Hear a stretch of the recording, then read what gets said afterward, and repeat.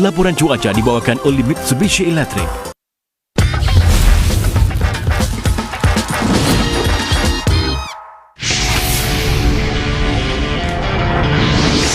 Hi, I'm Jason. And I'm Zhen Long, and we are the owners of Beihu Cooks.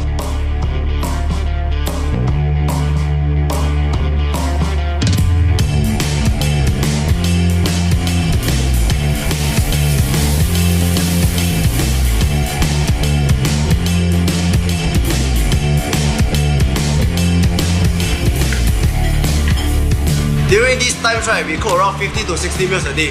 It's a tough thing, but at least we make sure that people have food to eat. We do this in hopes of helping those people that need extra help to get through this tough time.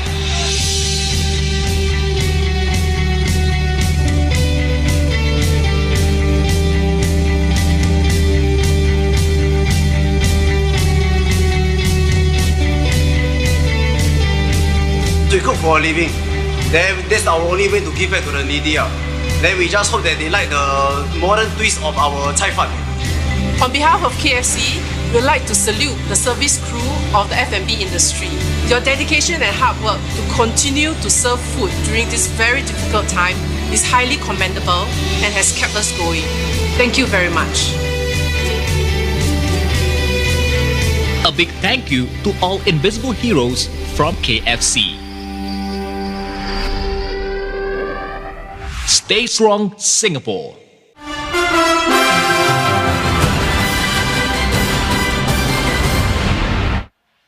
Saudara, siaran politik kawasan undi malam ini menampilkan calon-calon yang bertanding di 5 lagi kawasan undi. Rancangan khas itu disiarkan di pelbagai wadah media Corp mulai 7 malam. 3 GRC yang ditampilkan malam ini ialah Choa Chu Kang, East Coast dan Holland Bukit Timah, manakala 2 SNC ialah Hong Kah North dan Hougang. Bagi GRC Choa Chu Kang, calon PSP Abdul Rahman Muhammad berkata PAP gagal mengutarakan janji-janjinya meskipun telah mendapat mandat besar dari rakyat dalam pilihan raya umum yang lalu. Kita perlukan pemimpin yang berkeprihatinan, yang sanggup membentang segala isu secara terbuka dan bukan di sebalik pintu yang tertutup. Segala perbincangan bukan lagi di sebalik pintu tertutup. Singapura tidak akan jadi terbeku jika terdapat ramai pembangkang dalam parlimen. Calon PAP bagi GRC Choa Chu Kang, Zulkarnain Abdul Rahim telah berkata pihaknya memerlukan sokongan para pengundi bagi memastikan semua program dapat diteruskan untuk manfaat masyarakat tidak kira bangsa dan agama. Program yang kita lakarkan dan kita lancarkan ini bertujuan untuk memperkasakan masyarakat dan belia masyarakat Melayu Islam kita.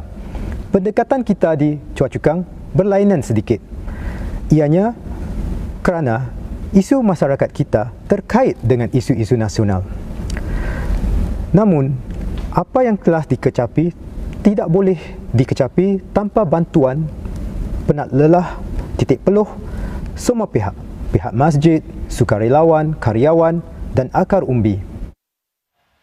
GRC East Coast juga mengadakan siaran politik kawasan undi malam ini. Salah seorang calon PAP di GRC itu, Dr. Muhammad Maliki Osman berkata, partinya memahami dan prihatin tentang kerisauan rakyat berhubung isu-isu seperti pekerjaan dan kos sara hidup akibat pandemik COVID-19. Menurutnya, PAP yakin akan dapat membantu rakyat mengharungi krisis sekarang. Kami faham dan prihatin akan kerisauan anda. Kami akan terus berusaha gigih untuk menyokong anda dalam kita mengharungi badai ekonomi ini bersama-sama.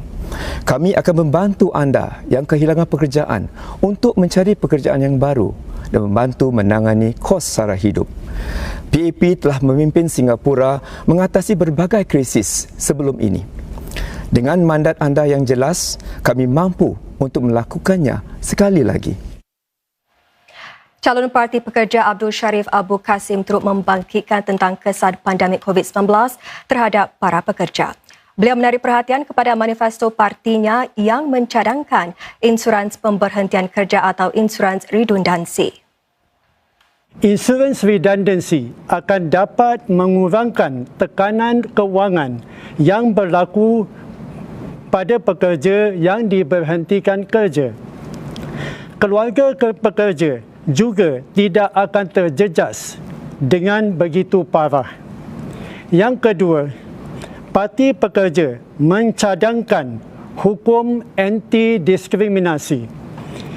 Ini adalah kerana apabila persaingan dalam pasaran pekerjaan menjadi lebih kompetitif, akan ada beberapa golongan yang mungkin akan menghadapi masalah diskriminasi. Perdana Menteri Lee Hsien Loong berkata bahawa parti-parti pembangkang tidak ada rancangan yang jelas bagi menangani krisis COVID-19 walaupun mereka menyatakan ingin membantu para pekerja. PMD berkata demikian semasa menjadi tetamu dalam rapat online anjuran pasukan PAP bagi JRC Sengkang. Beliau memberi sokongan kepada para calon PAP yang terdiri daripada Ng Chee Meng, Dr. Lam Pin Min, Amrin Amin serta Raymond Lai sambil merujuk kepada pengalaman mereka dalam kegiatan akar umbi serta politik. Menurut Encik Lee, pasukan di Sengkang mempunyai rancangan jelas membantu para pekerja dan penduduk di sana. Sementara itu, dalam rapat online Parti Pekerja semalam, wajah barunya yang bertanding di JRC Sengkang, Raisa Farid Khan, mengetengahkan isu ketidaksamarataan yang dihadapi golongan remaja. Beliau dan seorang lagi calon WP bagi JRC Marine Parade, Fadli Fauzi, menekankan peri pentingnya membantu pembangunan golongan berkenaan. Thanks so much. Sebagai misi saya untuk meratakkan ketidaksamaan antara remaja-remaja, saya sebagai sukarelawan memberi kelas tuition Inggeris kepada murid-murid dari keluarga yang pendapatan rendah. Kebanyakan anak remaja yang kami sokong mempunyai berbagai masalah kerana keadaan keluarga yang kurang stabil. Oleh kerana ini, ramai yang akan ketinggalan oleh sistem pelajaran, akses untuk peluang dan juga banyak berkurangan. Beralih ke liputan mengenai COVID-19, Singapura melaporkan 185 kes baru jangkitan COVID-19 setakat tengah hari tadi. Jumlah keseluruhannya sudah melepasi 44,600.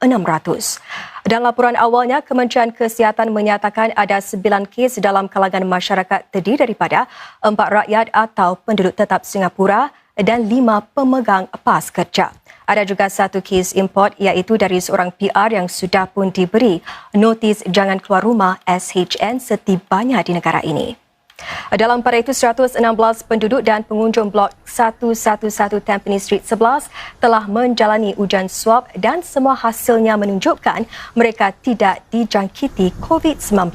2 hari lalu, 9 anggota daripada 2 isi rumah di blok ini disahkan positif COVID-19. Jumlah kes COVID-19 di Arab Saudi pula sudah melepasi 200,000. Kementerian Kesihatan Saudi semalam mengesahkan hampir 4,200 kes baru menjadikan jumlah keseluruhannya lebih 201,800 dan lebih 1,800 pesakitnya pula telah meninggal dunia. Bagaimanapun, sekitar 140,000 pesakit sudah sembuh. Jumlah kes COVID-19 di Saudi adalah yang tertinggi di Timur Tengah.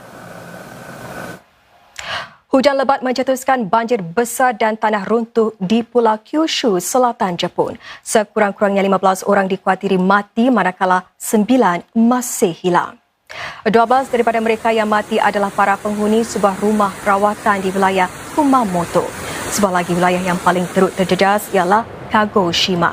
Kerajaan Jepun telah mengerahkan 10,000 askar untuk menyertai gerakan mencari dan menyelamat. Laporan itu tadi saudara mengakhiri berita untuk malam ini. Sehingga berjumpa lagi. Salam hormat.